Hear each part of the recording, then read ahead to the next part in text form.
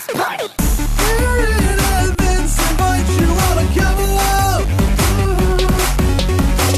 We'll talk about the crazy world of Dragon Ball. We're talking about the show, the funny, the random, the body, the balls, the wishes, the Kame, the House Party. Show, the funny, the random, the body, the balls, the wishes, the Kame, the House Party. Hey everybody, welcome to Kame House Party. I'm Vince. I'm Aaron. And this is the podcast where we talk about Dragon Ball, and we do it in a funny way, we do it in a fun way, and along the way there's some improv, there's some scene changes, we get into what we like, what we didn't like about each week's episode. Isn't that right, Aaron? All those things are correct. You've checked everything off the list. Nice. So if you're new to the podcast, we have a couple of segments that we like to do up top, a little bit of Kame housekeeping, as we say, and usually the first of those is something called the 1 minute roundup. Yeah. You drive them horses pretty well. Yes, Clem. I thank you for noticing my driving technique.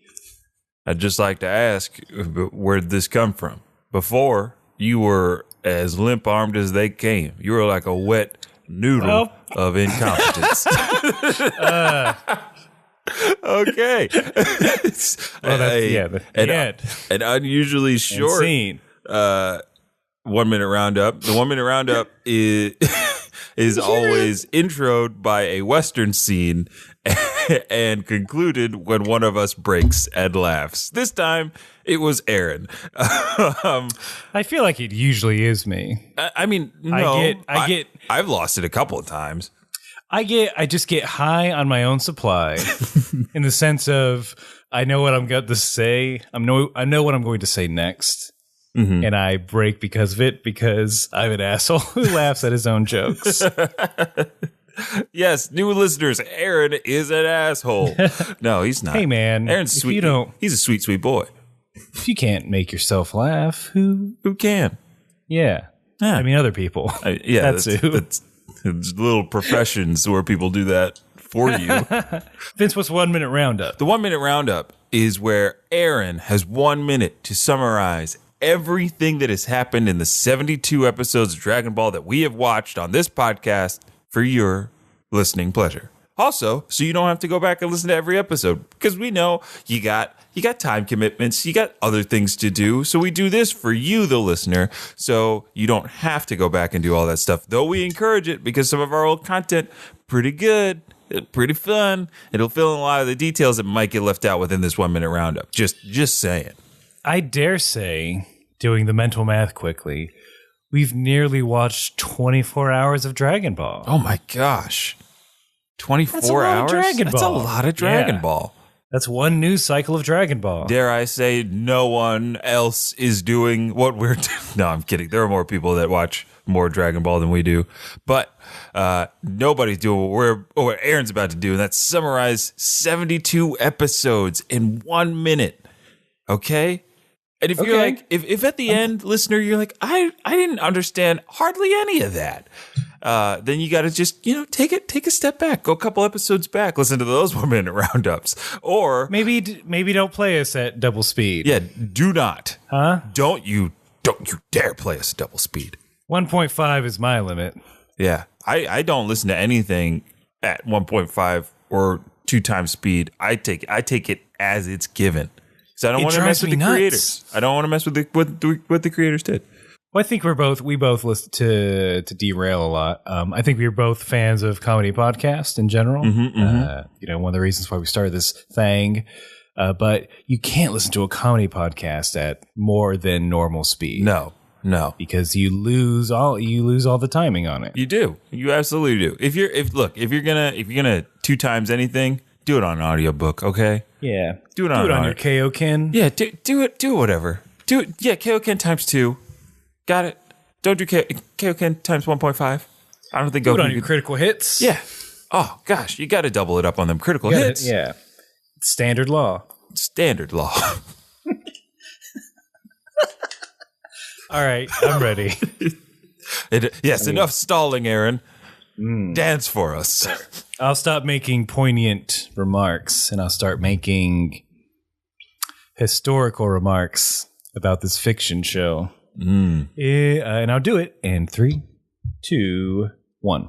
Goku is a small monkey boy who's from space, probably, who meets Bulma, and together they go off to search for 7 magic crystals that if you collect them all, you get any wish you want. The first step in their journey is defeating Pilaf, a green goblin guy that they beat up and stop him from taking over the world using the Dragon Balls. The next step is Goku trading with Master Roshi and his boy Krillin and getting second place in the Tenkaichi tournament. So he remains humble. After that, he's like, one of those Dragon Balls is a memento of my grandfather. I'm going to search for it by beating up the Red Ribbon Army, a paramilitary organization that is full of horrible people. But he literally beat every member up.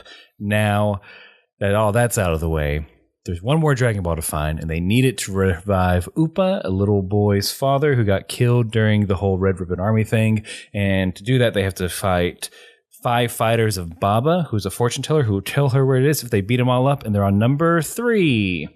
That's it. Hey, nice. That was a very...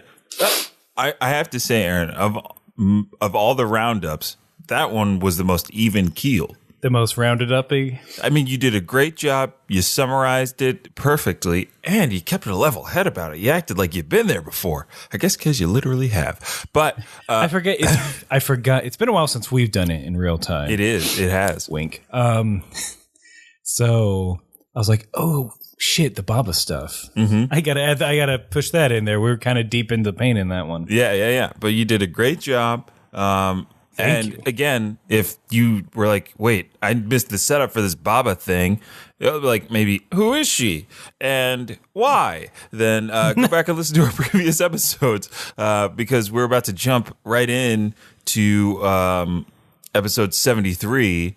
And we do a little special thing because we like to party because Aaron watches the Japanese English subtitled version, and I watch the English dubbed version of each episode because there's fun, maybe context changes in the translations, and little nuances that are changed, lines that are emphasized, de-emphasized, and we like to compare and contrast them. Usually, the first thing that is different is the title, and I think, Aaron, we might have the same title on this one. I would be hard-pressed if we did not. See. The roughly translated Japanese title is... What is the Deadly Devilmite Beam? Oh, man, that's a better title than mine. What is it, Vince? Mine is episode 73, The Devilmite Beam. There's no fun there. The Devilmite Beam if he's complimented by the stream. Ooh. Next to his rowing team. Snaps Watch for out that. for burst seams. I'm still snapping. So episode 73 picks up where 72 left off, which is a beaten and battered Yamcha falling victim to the mummy, aka bandages. And now it's Goku's turn. His name. I forgot his cool American name. Bandages. They gave him on Ellis Island. Bandages. State your name. Mummy Coon. Hey, what did he just say? Did he say Mummy Coon? Yes, that's right. Mummy Coon is my name. That was given to me at birth. No, well, of being a mummy. Welcome to Ellis Island. Here, your family, and your new name is Unlimited breadsticks. I see. Yep, unlimited breadsticks, and you're also getting a new name. You're getting an American name because nobody wants to say. Right. Mummy America Coon. is the greatest country in the world, and that's why I came here. We're an industrial powerhouse. We got coal and steel. And so your name is gonna be how about bandages? Yeah, that's fun to say. What the bandages. Like, excuse me? I didn't work for 30 years as a mummy-kun just to come over here and get some ridiculous name like bandages. Now you tell me where your manager is, because I want to talk to him. Oh, and also okay. I need a refill on these breadsticks. Oh, okay. Well, I'll go get you a refill on the breadsticks, but I have to tell you, my friend, I am the manager of Ellis Island. Oh, no. I am the head of the Department of Immigration here in America. So, you came in on a steam-powered ship, I assume? I mean, it was sarcophagus-shaped. Yeah. Is that your sarcophagus parked over there? Well, I didn't see any other spots. Oh, okay. So I'm gonna you can do one of two things. You can either take the fucking name bandages, or you could pedal your little tombstone back to wherever it is you're from, Mommy Coon. Well, I am fleeing a war that has ravaged my country, so I guess I'll stay here. All right, bandages. Here's your bread. There are no cats in America, and the streets are paved with cheese. And seed. Oh, man. It's a hard life for a mummy out there. It is. It's really tough out there for a mummy. Hard out there for a mummy. I mean, if you're going through Ellis Island, if you're going through any immigration, you get someone with bad hearing or an asshole, you can have a bad time. My mom's name was actually changed. Oh, it was? Her first name is pronounced Prani, and they changed it to Wani. Wait, really? She's like, all right, fuck it. Wow. She was real mellow about shit, so I'm not surprised. She's like, whatever. That's a cool lady. That's a calm, cool, and collected lady. Because if somebody tried to tell me, no, your name is Princent, I'd be like, man, fuck you. And then, wait a minute, Princent. It is pretty good. That's a pretty good name. I'll take it. Well, time to hit that button. Yeah. If you didn't know how immigration works, they give you a list of names that you can choose from. They come up on a screen. Sound-alikes. Sound-alikes. And then you push a button for the one that you want. Yep, that's how it works. Since the 1800s, steam-powered automation machines with little ticky-tacks. Like at the Philadelphia train station. There you go. I love those tiki-taks at the Philadelphia train station. It's great. Also, my notes are very sparse because there's a lot of setup in this episode. There is. And the fight the good fight that we do get isn't very long. So yeah, pardon us while we dick around. Yeah. It's gonna be a goof. It's gonna be a goof 'em up. But pardon our dick around dust. It's Goku's turn. He steps out of the tongues, ready to face the mummy, who just beat his buddy's butt. He beat that ass, Yamcha. And there's a bit of a classic anime fight start stare down, in which the mummy is staring at Goku, Goku's staring at the mummy, and back and forth. And I think this becomes kind of a theme with Goku in the later episodes, like a kind of, not a running gag, but a trend about his opponents realizing that they might be a little bit undermatched. He's staring at Goku and says, it can't be. Like, this is impossible. He's guarded almost perfectly. Goku's just standing there. He's not in a fight stance. In mine, he just complains that there are no openings. Which leads to a bit of a gag. I'm curious if they do a gag here. So I'm gonna. So the ball squad are looking on. Roshi, Krillin, Yamcha, as martial artists, they also realize that Goku has no openings on him. He is completely defended. And I guess the word for that is Suki. Okay. Sukai. Yeah. And here comes another one of those great Japanese puns where they say this, and then Bulma freaks out. It's like, wait, you're saying Mummy-kun likes Goku? And they all do the anime fall. Like, no. What? Suki, not Sukai, or however it is. So Suki and yeah. It's Suki, like, yeah. It's like kawaii and kawaii. Yeah. I believe hold on, I'm getting a flash of weeaboo wisdom coming to me from my past. I believe, because I remember the opening of Yurusei Yatsura, that Suki, I believe, is the like, and then I guess another pronunciation would be opening. Ah, very nice. I could be very well. Guys, don't listen to me. But I'm curious if they changed that joke in your end, or if they even had one. They have that exchange, and then she says, I don't know why do you think he's so offended? All he has to do is grab Goku's tail, and then they all fall. Ooh, that's not bad. Yeah, that's not a bad one. I think they match the spirit of that joke. I think Krillin says something along the lines of, hey, Bulma, don't shout out Goku's one weakness, you dummy. You dumb. Hey. Shh, shut your mouth. Just hush your mouth. Hey. What? What, Krillin? It's just like how you don't have a nose. Hey, shut up, Bulma. And also, you're a diaper baby. I'm not a diaper. You're a diaper baby. And hey, shh. And how Yamcha's weakness is that he's a cuck.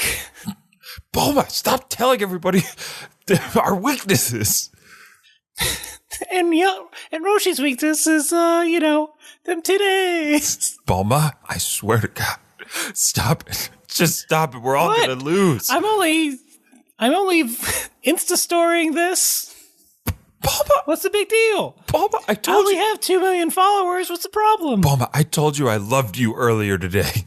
Why are you doing this to me? I snapped that. What? You snapped it? We both had dog mouth. We both had the dog thingies. When you said I love you, a tongue came out. I might be just a child. And you might just be a slightly older child, but I am sorely disappointed in you. Share, like, and subscribe. And see. I apologize for that Bulma voice. Don't. It's almost spot on. It's uncanny. The shrillness. The shrill. The grating on my ears was almost perfect. Yeah, Bulma, don't give away secrets. Yeah. Bulma, snitches get stitches, you millennial fuck. But millennials get stitch. No. Back it away from that one. Oh, were you going to do a millennials one? Meep. Nope, I can't. Millennials. I'm not good enough, Vince. Millennials get pennials? Perennial. No, millennials get perennials. That's right. You get a lovely bouquet. Yes. Take that. Internet age. Here you go. Here's your tulips, motherfuckers. But I did notice, I don't know if this happened in yours, but Roshi was talking about how the mummy is pretty much unbeatable. Like, Goku's got great defense, but I don't know if he can match that speed that the mummy has. Mm-hmm. Yes. And then they were like, so you're saying there's no way to beat him? And then Roshi's like, oh, yeah, and he's immortal. Yeah, you guys know what mummies are, right? Yeah, the crew did not know that a mummy was an undead person brought back to life. Studying ancient Egypt in school was one of the coolest things you could do. Yeah. I don't know anyone who's like, well, this is boring. I'm like, there are pyramids, there are sphinxes, there's traps, hieroglyphics, there's ancient aliens. There's Brendan Fraser. Their pantheon is interesting as hell. Yeah. There's a crocodile man who eats your heart. He's like, you're good. Afterlife for you. Yep. And then there's a dog man who's the Lord of Death. If ODB from Wu-Tang took one of his many, many aliases from ancient Egypt pantheon, then it's good enough for me. Yeah. He was indeed the Osiris of this motherfucker. Oh shit! Osiris is also in Destiny. Just saying. Yeah, even Destiny uses it. It's good enough for EA. There's a whole Assassin's Creed game about it, about Egypt. Everyone should know about it. What we're saying is that they should all know about this, but maybe in Japan, not as well known. Maybe, but they were educating children. I guess some fake ass shit. Yeah. In your version of the show, did Roshi kind of go talk about the mummification process as like something that happened elsewhere or just something that happened in the world? Because in mine, he made it seem like, thousands of years ago, this is what we did to all our dead folk, not just like... Oh, no. He never said, hey, we used to do this all the time. It was just, if you're a mummy, then if you get turned into a mummy, then you become immortal, which is not true. It's which not is true. False as fuck. Yeah. Mummies die all the time. They are dead. I mean, they're dead. They're the undead, the Brendan unholy. Fraser beats him up all the time. Yeah, he just hits them with big sticks. But I'll say in Roshi on this, and like, all right, I'll accept that he's immortal. Yeah, in this instance, in this context, he's immortal. But the fight starts soon after that. Bandages is still like kind of hesitant because he's like, man, that Goku. There's something about that kid. But then again, he says like, it's just like every opponent of Goku has the same folly that they underestimate him because he appears to be a child. Mm-hmm. Also, I like this fight. I would give it like maybe 3.5 to 4 star balls out of 7. Because I liked a lot of the stances that Goku takes. Like he takes some classic Goku stances, classic Goku like eyes and stares and stuff like that. And I like that. Some of the animation was pretty smooth, and the way it opens, it's a decent fight. Yeah, it's around a 3 for me as well, and mainly just because of they vary it up in the animation and what they've done in the past. But there are still a lot of let's cut to Roshi and them. Yep. To pad out this fight. Bunch of reaction shots. Because this fight takes like almost a quarter of the episode, if I'm not wrong. It does take a hot minute. It lingers. Because it's a thing of Bandages has the advantage. You think he's just beaten the tar out of Goku. Mm-hmm. And then he gets up. Everyone's surprised. He's like, hey, that all you got? Oh, yeah. You're not that strong. I wrote down some classic Goku one-liners from this fight. Laid on it. It was a perfect segue.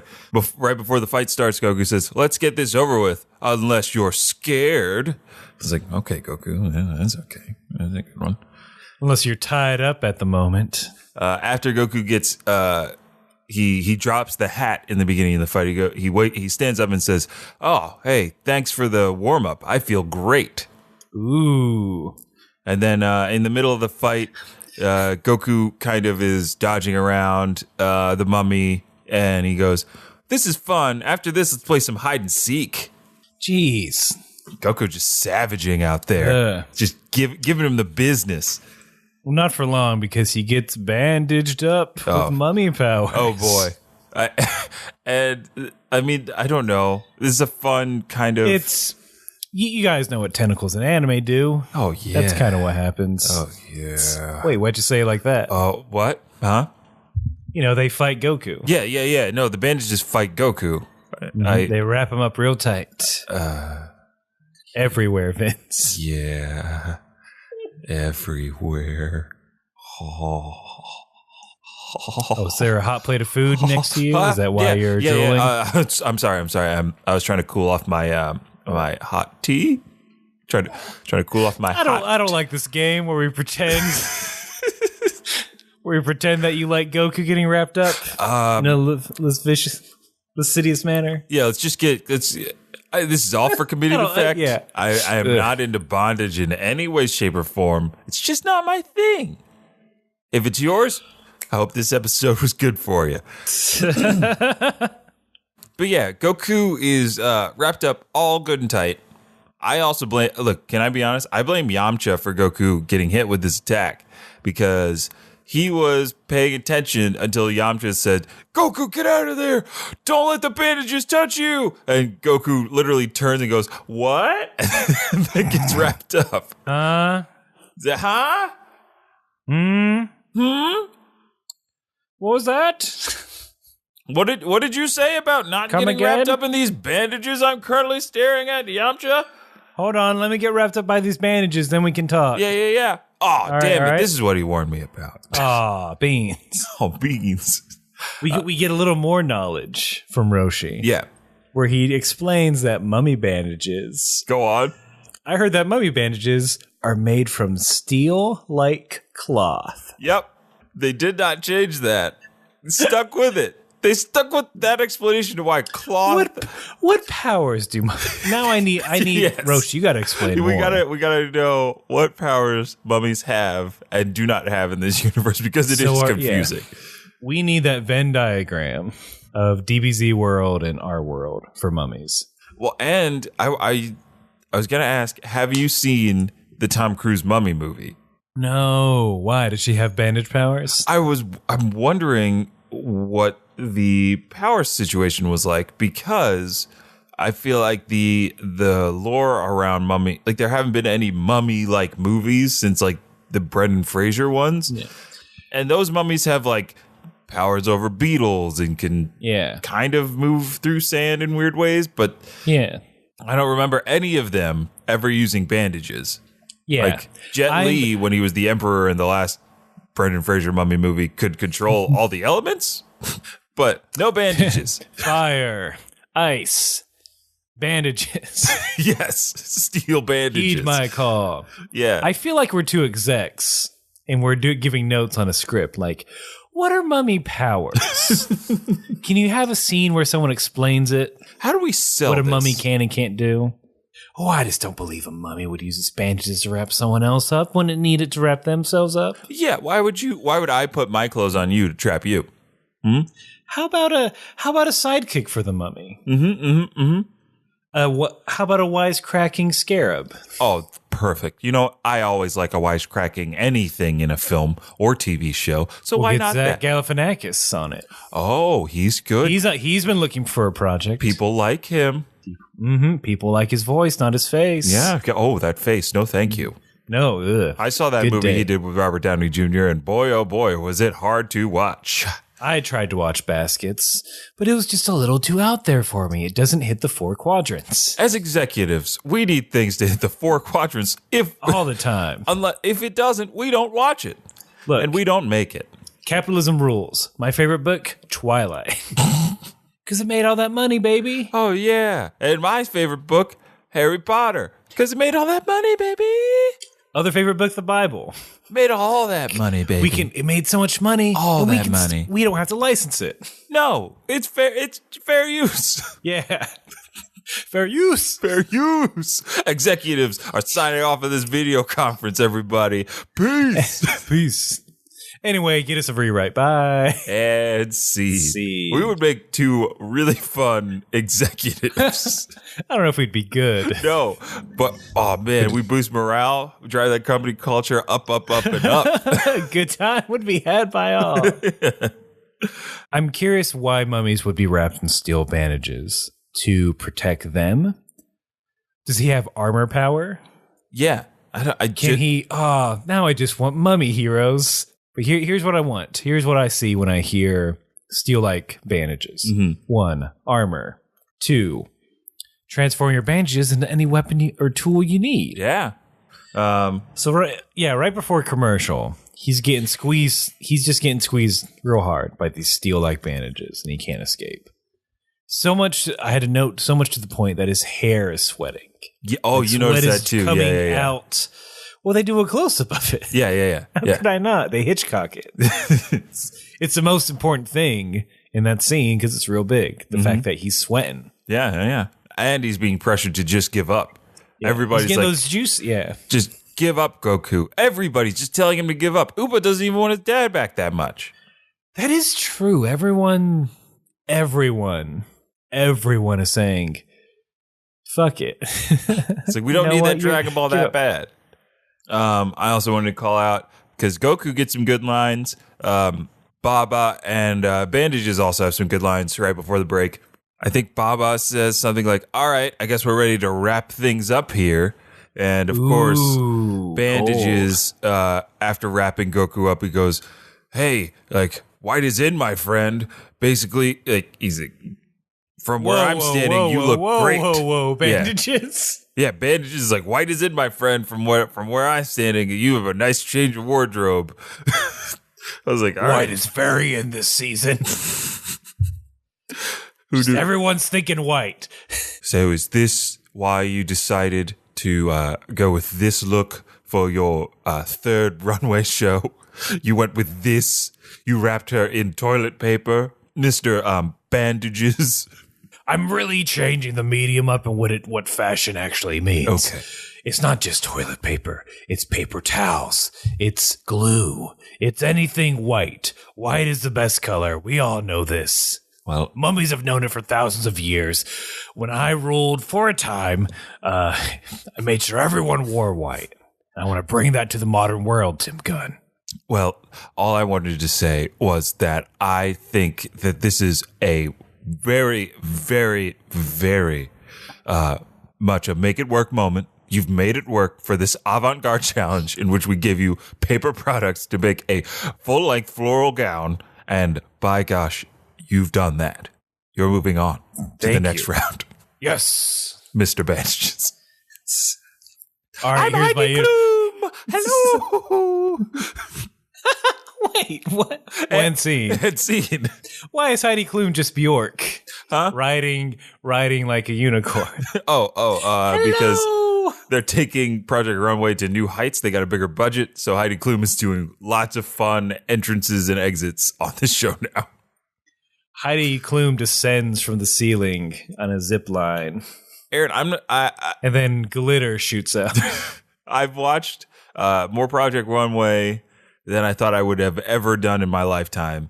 And there was an episode in which Heidi could not be on set for one of the Runway shows. So was there a robot version? There was a Robo Heidi. It was just a really big like TV turned on its side and had like half Heidi, and it was just, she's like, "Hello, designers.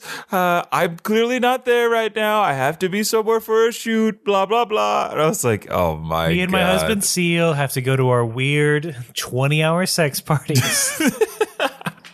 I don't know. Oh man! The only factual thing about that is that she was married to Seal. I think it was author of "Kiss by a Rose." Yes. She has a couple kids by Mr. Seal also. Do you think he ever sings that to her? And like the first time, it was real sweet and cute. And then after like the 200th time. So that's why they broke up. Every anniversary, Seal couldn't stop singing Kiss by a Rose. I've been kissed by a Klum in this house. Okay. Honey? Honey?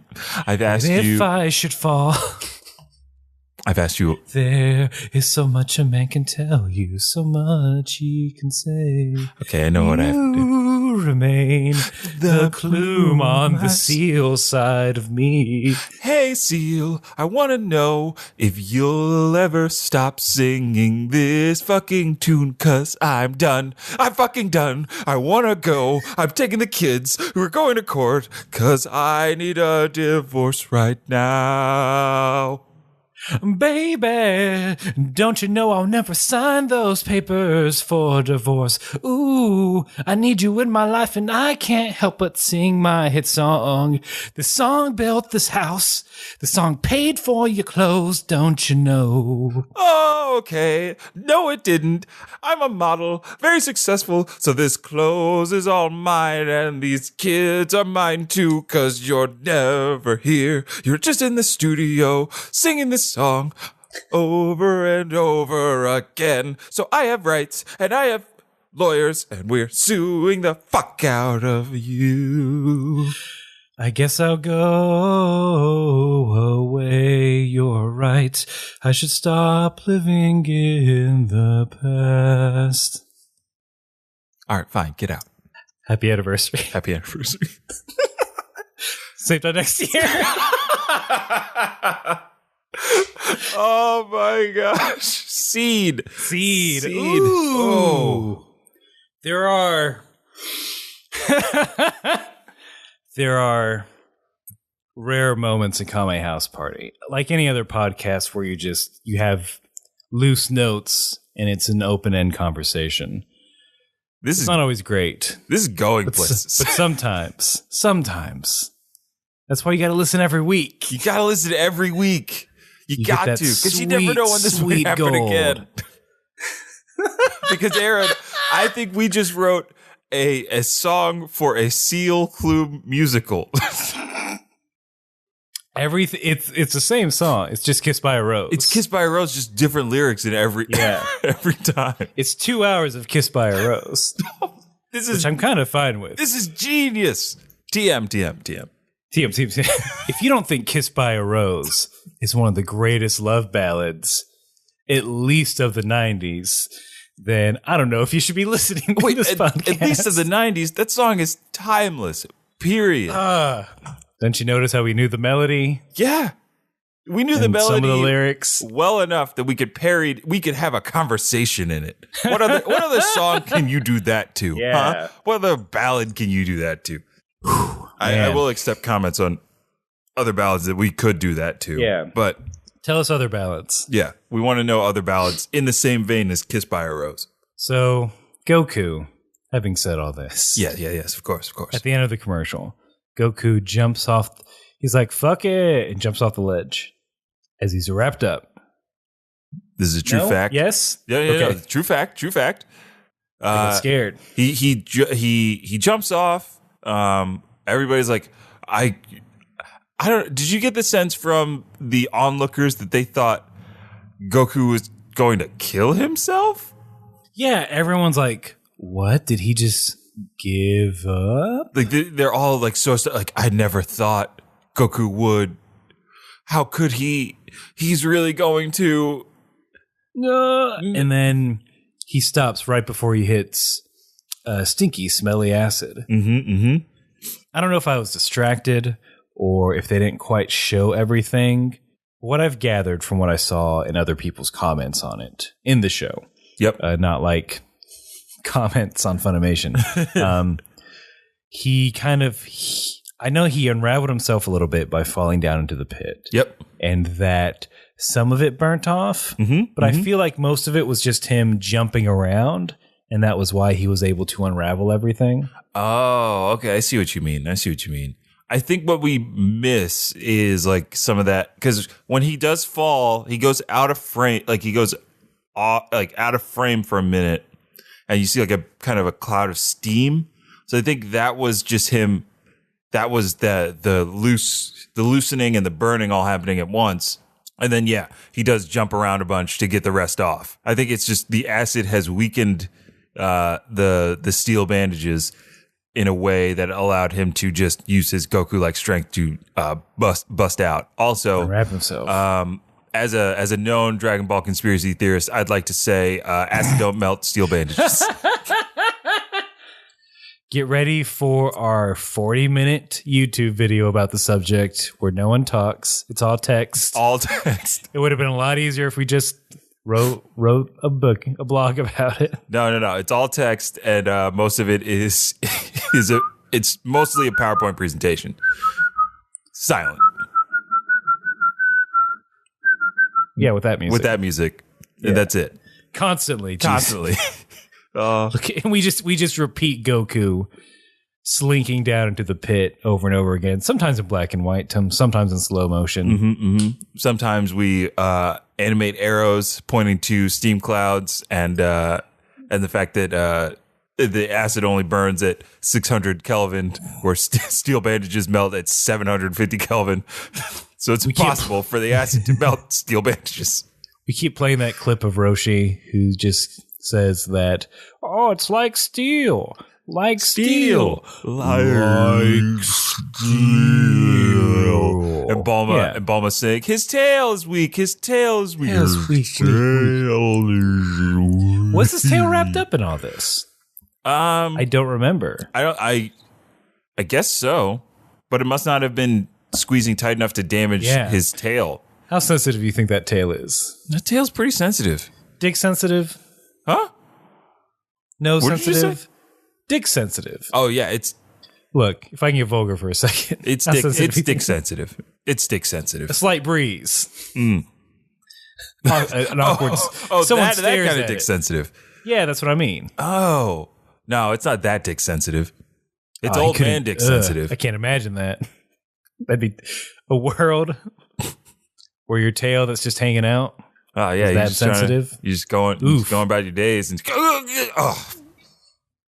that was somebody falling over because a breeze took the power out of their tail. Oh, this just reminded me. I had a friend in like high school, and I went over to his house to work on a project, and he opened up his computer, and there was hentai on it, like adult manga. All right. Like okay.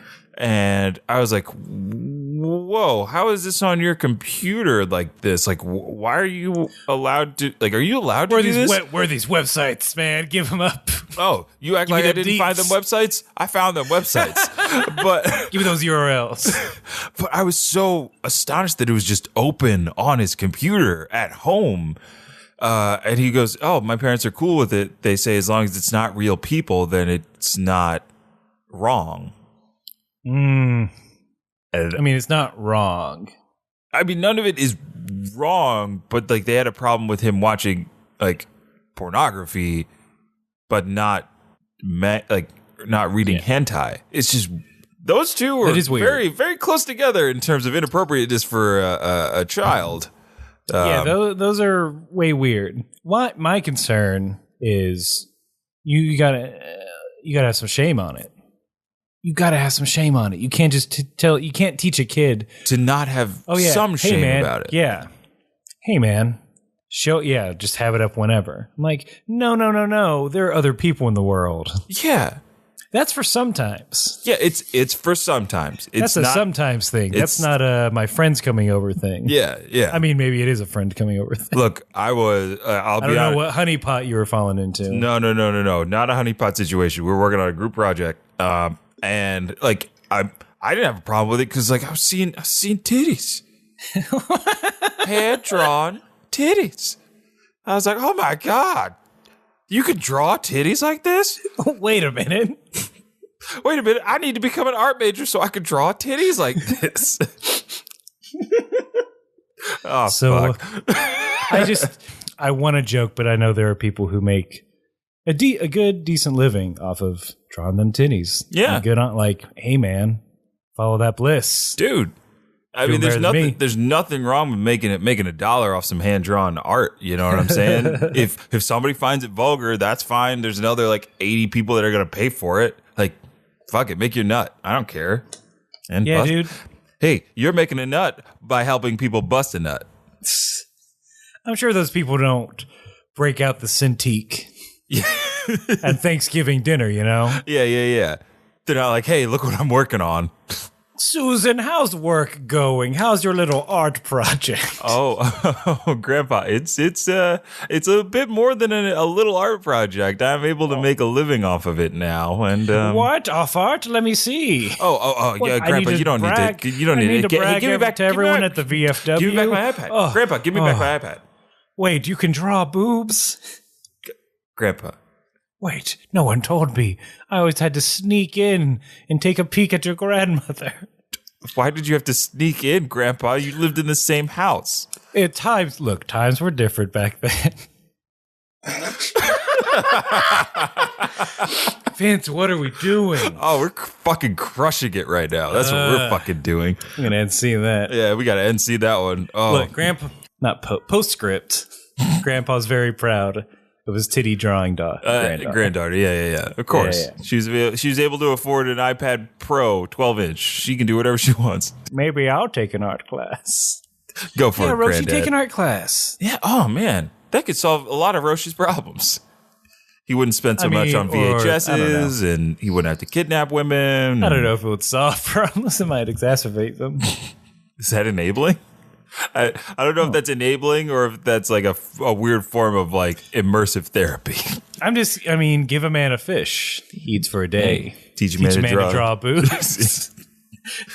Yeah, he'll be eating for a lifetime, if you know what I mean. Oh boy. Anyway, Goku. So Goku escapes the bandages. He is, again, poised, ready to fight. We get that classic Goku, I'm going to kick your butt stare down. Of course, at this point, Bandages is astonished by this child and tries one more time to get him with them bandages, but he misses. No, he's learned. Goku's learned. To not listen to Yamcha. Yeah, don't listen to Yamcha. Survive. So Goku calmly walks up to Bandages, dodging his punches and kicks. And then what made this a good fight for me was this ending. Because Goku dodges a punch, steps in, and just one hit to the solar plexus, and down goes bandages. Vince, I think you mean One Punch. Yes, I know One Punch Man exists. I'm going to dabble in it. It's 13 episodes, Vincent. That's it? Yeah. I mean, One Punch Man is only 13 episodes? Right now. Oh, right now? It's that new? Yeah. Oh, shit. I got to Haven't get on done the second season yet. I want to get on the ground floor of this. Yeah. All right, bye. All right. Well, so anyway, after that victory, everyone in the Boss Squad is remembering that Goku beat up the Red Ribbon Army. We probably shouldn't worry so much. Vincent, what did they say on your end? I think Krillin says a similar. Oh, you're back. Yeah, I'm back. I'm sorry. Okay. I thought we were going to I put pillows on my feet so you didn't hear me coming. Classic Vince. Sneaky pillows. That was my nickname in college. How'd you get that nickname? Oh, I'll tell you off air. Indeed. Okay.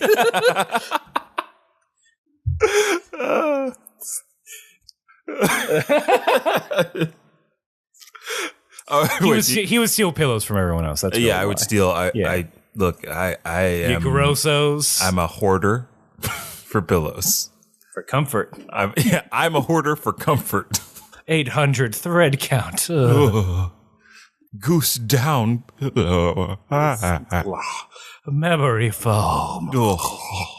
Always makes me cool. fall with the mouth. As cool as the other side of the pillow. A Leesa mattress. 30 day. Wait, 100 nights. Free trial. They extended it from 30 days to 90 nights to 100 nights. Visit Leesa.com/Kame House Party for 10% off. It's not a real promo code, but do it anyway. Please, yeah. Let them know you're willing. Yeah, let them know that you'll only buy a Leesa mattress if you promote it on Kame House Party. Indeed. So I'm real pissed off. Okay, go on. I'm real cheesed. All right, Aaron's cheeseometer's going up. First, it was just a basic American yellow. Ooh, now it's up to that mozzarella. Ooh, the mozzarella. Good. It's in the red, the bubbling zone. So I think it's been established that I hate when these side characters watch Goku fight and they forget all the amazing things he did. As in this instance where they reference, oh yeah, he did beat up the entire Red Ribbon Army. The nearly world-conquering Red Ribbon Army. He beat up an army. And in less than a year, I might add. Yeah. And I know that they do this for suspense purposes. It's sort of their way to try and trick you that Goku's not going to make it this time. Yep. And I think it's just really cheap. And I guess it's not fun or it's not exciting if the other characters are like, Goku's fine. But I think it'd be easier. They can cheer him on, like, Goku, you did this and this. You can definitely beat this guy. Oh, yeah. As encouragement. It's kind of. And then you see. Sorry, if I may interject. It's similar. I think another anime that does what you're talking about really well is Yu Yu Hakusho. So during the Demon Tournament, the first one, the team knows that Yusuke did some really crazy training, and they're like, all right, Yusuke, just use that training. Like, why? Like, you could fight better than this. Like, use your training, blah, blah, blah. Instead of, like, saying, I don't know if Yusuke's going to make it. Until it's Yusuke forgetting what he learned. Yeah, it's pretty much Yusuke not knowing how to fight. He has to relearn how to fight every fight.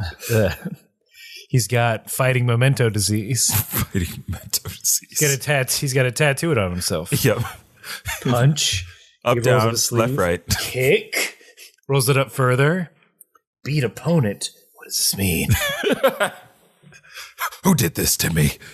I'm remembering now. My wife. My wife. My wife. Wife. We kind of, after he defeats Mummy-kun Bandages, R.I.P. again. Yeah, the dude dead. He only fought for a time. He was only a fighter for a time. He was an emperor for years. We get a sneak into the behind the scenes of Baba's fighting ring. Mm-hmm. We see the next opponent, Devilman. I don't know if they changed his name. Oh, yeah, they do. Ooh, what is it? Go ahead and lay it on me. His name is Spike. Yeah, they named a literal Devilman Spike. Not Spike the Devilman? Not Spike Devilman. Not Spike the Devilman like they did with Fangs the Vampire. Just Spike. Hi, Spike Devilman. VP of Technology. I'm pioneer of the Devilmite beam. Oh, I remember reading about that in Wired last year. Yeah. That's why I want to work here. I want to work at Google. Well, we have a strict no devil policy. Oh, do you? Yeah, surprisingly. Look, we're anti-devil. I've come up against this almost everywhere I've worked. You're going to hire me, okay? You're going to hire me, or how does this sound? Eternal damnation. Well, I'm pulling at my collar comically because I'm in a hot situation. Oh, is that you bringing that heat? Oh, it might be. It could be. I don't want to be this could, sensitive. Yeah, no, it's fine. You bring that heat? You know what? Fine. I'll lean into this one. I do bring that heat. That's what we're looking for here at Google. All right. You're hired. Hey. As our furnace. As a furnace? Yeah. You'll be cheaper to maintain. Oh, okay. I'll be cheaper to make. Yeah, in California where we need a furnace. How about we make a deal, you and I? Greg, is it? Wait a minute. Yeah, Greg, let's make a deal. All right. I know what this is. It's like that game show. Yeah, Ellen's Game of Games. Oh, I was thinking, let's make a deal. With Howie Mandel? With Wayne Brady. Oh. I'm thinking a deal or no deal. Sorry about that, Greg. I'm really sorry. It's a lot of deal. How many shows have deals in the name and or concept? Ooh. If you can name them all, you're hired. Okay, this is a tough interview question. I did not prepare for this. So we got deal or no deal. Let's make a deal. Let's do. Deals and Steals, the grocery game show? I'll accept Guys Grocery Games. Okay, Guys Grocery Games. Oh, that's it. You win. Oh, I win? Oh, great. Yeah. Oh, great. You're definitely, you're a furnace. So, damn it. I was duped again. Ooh, you already signed the contract. Oh, no. Also, I'm the devil. What? Gotcha. Your training's complete. Yep, Greg Satan. Oh, well. CEO of hell. The world is a small place, isn't it? and let's see. That didn't make a lick of fucking sense. Hey, it doesn't have to if we enjoyed it. That's the Dragon Ball. But you know what? That is the Dragon Ball way. It doesn't have to make sense as long as you enjoy it. Maybe that'll be our outro from now on. I mean, it won't, but maybe. It's definitely some sort of mantra we can start. We'll entertain the idea. Out. Yeah. We'll run it through marketing. Yeah. We gotta push that through corporate before we could ever post that out in the wild. What a dumb name. Spike? Yeah, it's not great. Not even a Damien. No, Damien would have been great. BLs. Like if his name was just like Bubba or Bells, it's like, oh, I get it. They were going for Beelzebub or Beelzebubba or whatever. Not even a Mr. Satan. Yeah, come on. Just Hercule. Yeah, call him Hercule. Oh, that would have been, man. If they could you imagine if they had that kind of foresight into where the show was gonna go? Horn Boy. A Horn Boy, also fun. Batman. A lot of ways to go with it. Anyway, we also see a certain character that will be important later. Oh yeah, wearing a fox mask. I think that's it. Mask. Yeah, Kitsune mask, and I don't know if you know this, Aaron, but he's got a little halo above his head. Yeah, what does that mean? He's an angel. Or he's dead. He's an angel, or he's dead. So, Devilman Spike comes out. Mm-hmm. Goku, upon seeing him, he just says, "Everyone is weird here." Oh, that's what he says for you? That's a much better line. Oh, what does he say? He goes, "That's an interesting costume." I mean, it's not, because it's just a leotard. Yeah, it's literally a leotard. With a little, like a classic, from Problem Child, a classic devil costume where it's a leotard and like a little hood with horns on it. That's what he's wearing. That's what he's except wearing. It's black. Mm-hmm. He does have wings. The wings are part of him, right? Not part of the leotard. And he has a tail. He's also gray-faced. Bulma calls him pasty face at one point. Mm-hmm. I was curious. I was like, okay, so how is this fight going to go down? And they leave you on a dumb cliffhanger because the episode title both had Devilmite beam in it. And I'll just say it. Spoiler alert: we don't get no Devilmite beam in this episode. It makes me mad. They talk about it. They talk about it enough. Like, that's mostly this fight is Roshi trying to remember what this guy's gimmick is. Because all of Baba's fighters have a gimmick thus far. It's a lot like WWE. Look, yeah. I don't want to get into it. I mean, yeah. I'd watch that every Monday night. Holy shit, yeah. And once a month for $40 from my local cable provider. Yeah. So it's right before they start. He does have a decent little line, little taunt. He goes, "How about I take you back to where I came from?" Ooh, that's and Goku good. falls for it. It's like, "Where's that?" He's like, "To hell." Duh. Oh, that's fantastic. I don't get any of that. Devil. Well, it's too devilish. Oh man, why are Americans afraid of the devil? How'd I take you back where I'm from? Massachusetts. It's Spike. Spikes from Massachusetts. A railroad yard. A rail yard. Why did I take you back from where I'm from? Wilmington. The kennel. Spike is a dog's name. Spike is a dog's name. Or a lizard's name. I named my bearded dragon Spike back in the day. Oh, that's good. That's a good name he's a good dragon. Didn't grant me any wishes. Is this an old acquisition? This is an acquisition. I got my first bearded dragon when I was probably 12 or 13. Okay. They live pretty long, right? Yeah, he lived maybe a year, 2 years. That's not very long, Vince. I mean, for a tank bred pet, he lived a long time for me. All right, fair. You know what I mean? Good boy. R.I.P. Yeah, R.I.P. R.I.P. Spike. Not this one. Not this devil one. We also, it's a pretty quick fight. He's like, "Oh man, Goku's really strong. We think we get a ring out from Devilman, but he just flies back up." Yep. So he's got to beat him the old-fashioned way. He's got to beat him the old-fashioned way. And one thing I did like about this fight, and I'm not giving it a rating because it's not over yet. I liked that at one point Goku said something snarky, and Spike was going to be like, he's like, "Hey, watch your mouth. I've been winning tournaments since before you were even born, kid. Like blah blah blah." And Bob was like, "Hey, shut up and keep fighting." I was like, "Yes, we don't need any more. We don't need any more dialogue. Just get to it." The Ball Squad does say, I think Roshi says it, that Devilman did win the Tenkaichi tournament twice. Yes, he is a champion. He has beaten people. Goku and Roshi knows who this guy is. We used to hang, yeah. How do you think I became immortal? I wasn't going to ask you, Master. It's me, Krillin, by the way. I know. Well, you're staring out into the battlefields. You're not like turning to Well, face. animation is expensive, isn't it? Yeah, I guess so. That's why I'm just a voiceover.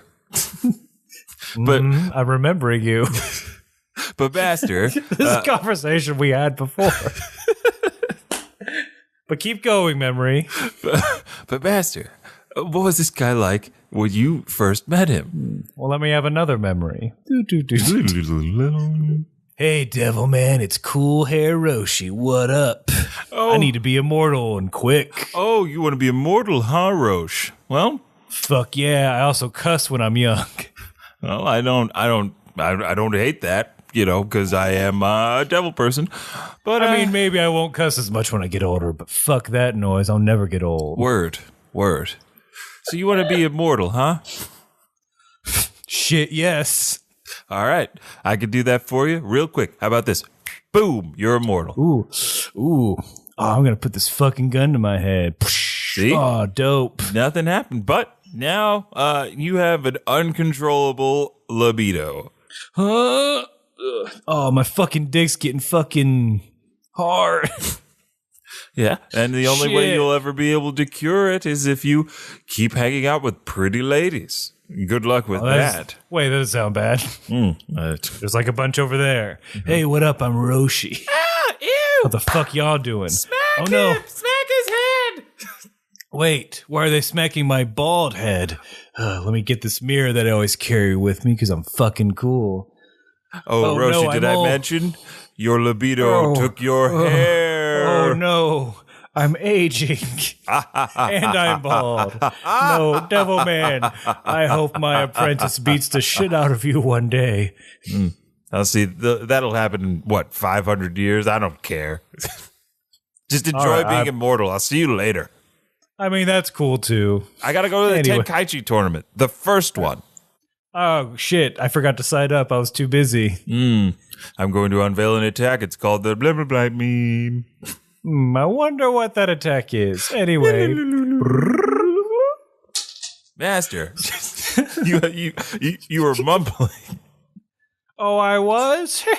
Well, I guess you'll just have to wait and see. All right, back. Done remembering. It's a lot of. Ugh. Anyway. Oh, this match is over already? Shit. And see. And scene. Yeah. So Devilman, he's kind of in a pinch. He realizes he's got to unleash the deadly Devilmite beam. Yes. And he goes on this long monologue. And I'm curious if they did this in yours. So he talks about that everyone, no matter how pure of heart they may seem, they have some evil in them. Yeah. They look up girls' skirts. They yell at people. They're jealous of other people's abilities. And as he's naming these like different sins. Wait, he we names cut- sins? Yeah. Okay, Like- wait, keep going. I'm sorry. Yeah. He lists them off. And as we're doing this, we cut to people in the boss squad. So when it's like jealous of someone's fighting ability, we see Yamcha. Like talking about people behind their back, we see Bulma. And of course the upskirt thing is Roshi. Yeah. So he's just calling them all out in Oh, front of that's everyone. so good. I like Ooh. that. But they don't react. They don't react to it. They're not like, "Hey, who are you talking about?" Yeah, because they can't. I think they've established that like hearing people who are fighting is kind of difficult in some aspects, and then it's okay in others. But in my version, he doesn't talk about sins. He talks about negative emotions. So he lists off a bunch of negative emotions. So he's like anger, fear, jealousy. And then one of the emotions, quote unquote, he lists is aggression. It's like, it's not an emotion, is it? Would you characterize Anger. aggression? Anger is an emotion. I mean, But as aggression. we all learned from Inside Out, anger is one of the 5 emotions. Yeah. But there's no aggression in there. Like, would you There's character- anger. Yeah. Voiced by Lewis Black. Yeah. Anger. Yeah. Anger is aggression, fool. Anger is aggression? But then why does he Vince, say it what the- twice? Oh, I see what you're getting Yeah. at. Oh, I don't know, because they're dumb. Okay. That's all I wanted to say. I just wanted to get out that the Fair enough. devil, I'm the sorry. devil is I was dumb. I'm like, wait a minute, Vince. Don't you see this correlation between anger and aggression? I see the correlation. I'm just a dummy. No, you're not. You know, he said it twice. He said anger and aggression. Yeah, I was like, I don't know. I don't know. Look, I don't, No, I don't come know. on. Yeah, I like look at yours those. better. I wish he had talked about the sins. Yeah. Being dirty boys. Being and dirty girls. boys and girls. So I guess that's where he gets his beam from all the negative, all the bad stuff. He turns it into a all those weapon. sins. He turns it into energy that can literally tear you apart. It seems so bad that Baba even is like, hey, don't do that. What are you doing? Oh, yeah. Everyone in the know is freaking out. Yeah. Like Roshi's like, yeah, I guess he intends to kill Goku. Yep. The end of this episode is just a dumb power-up. Yep. And it's very dumb. Here's why. Fingers to Devilman's temples. Yep. Similar And then to for like 30 the solar flare. the special beam cannon. Special beam, yeah. And then for 30 seconds, it's just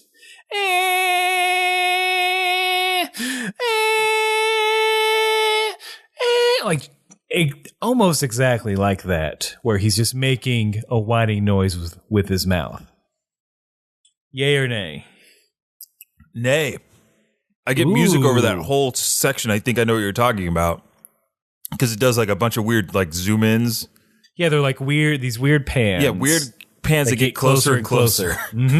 Yeah, it's just music there. It's just that da-na-na-na, da-na-na-na, and like over and over again.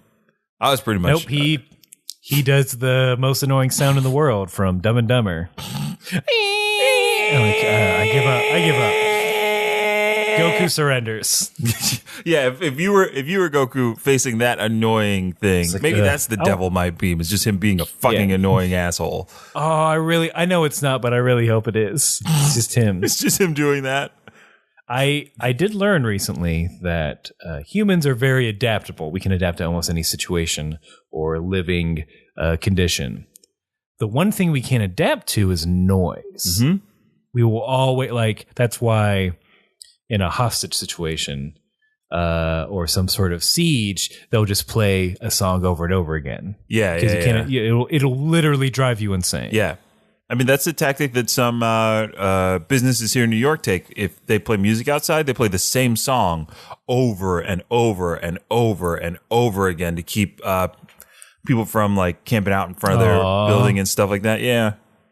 But I think because it's so cold right now, I haven't seen a lot of people on the streets. So that means that hopefully they're inside somewhere. I know. I think they passed. Like, isn't there some kind of like... There is a law that if it drops below a certain temperature, that shelters cannot refuse anyone. Right.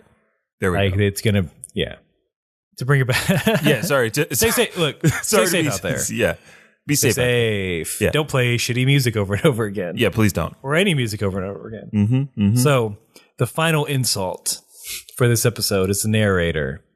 Exactly what kind of technique is the Devilmite beam? Motherfucker. Yeah, honestly, dude. You asked this question in the beginning. Yeah, at the top. Yeah. I only got, in my episode, I only got the title saying Devilmite beam. And I'm just like, when is it coming? And finally, like, the Devilmite beam. And I'm all excited to see what it looks like and what it does to Goku, blah, blah, blah. And then they just cut. It might be some horse shit that you made up. Yeah. It could be just bullpucky. You wrote Devilmite beam for this episode. It worked backwards. Realized you didn't know what it was. Sent it out and like, shit. Okay. Shit. We got to figure this out real quick. We got a week, boys. Huh? We got a week to do a Devilmite beam? I don't know. Maybe it's like fire because he's a devil. I don't know. What if it's a? What if it's like a Dodon ray? Huh? What if it's a Dodon ray? We gotta use that later. Oh boy, yeah, we can't use a Dodon ray twice. We know it's negative. We know it's sins. It's negative energy. So what if it's a bunch of panties? Yeah, but what if it's just a bunch of panties that Goku smothers to death? Oh, the animators said they can't animate that many panties. What? They can't animate that many panties? Well, the noses would bleed. Oh, that's why they can't animate that many panties. It's weird that the studio is in Brooklyn, isn't it? Yeah, overseas is always cheaper for animation. Hey, it's true. Let's just make it blue or some shit. Yeah, we'll just make it blue. There we go. Let's end scene. That's how that scene will end scene. So yeah, guys, I'm sorry, we couldn't tell you what the Devilmite beam is, but maybe next time. We can only guess. We can only guess. I'm assuming it's in a beam shape. It's mighty, and it has devilish origins. Indeed. I couldn't have said it better myself.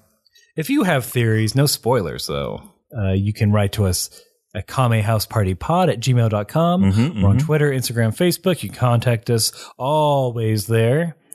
Vince is on Twitter and Instagram on VINT_E. And Aaron is on Instagram at Ajax Shelton and on Twitter at Aaron J. Shelton. Tweet at him, like his photos, do all those nice things. Remember, be nice to Vince. Be nice to everyone. Yeah, be nice to everyone. 2018. Be nice to everyone. 2018, that's our motto. Be nice to everyone.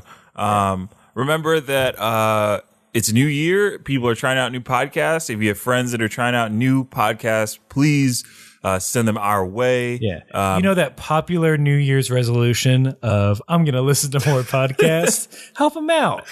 Well, look, it's a time where people are trying new things. So if somebody's looking for a new thing to get into, just send them our way. We'd love to have them. I dare say this episode is a good range of what we usually do in the show. Yes. I And think goddamn, like, look, if they love Kiss by a Rose, which they fucking should, if they're not, question their humanity. Indeed. They should love this episode. Yeah, this was a fun one. And again, thank you all for listening. All that jazz. Hope in this time of extreme colds you stay warm. And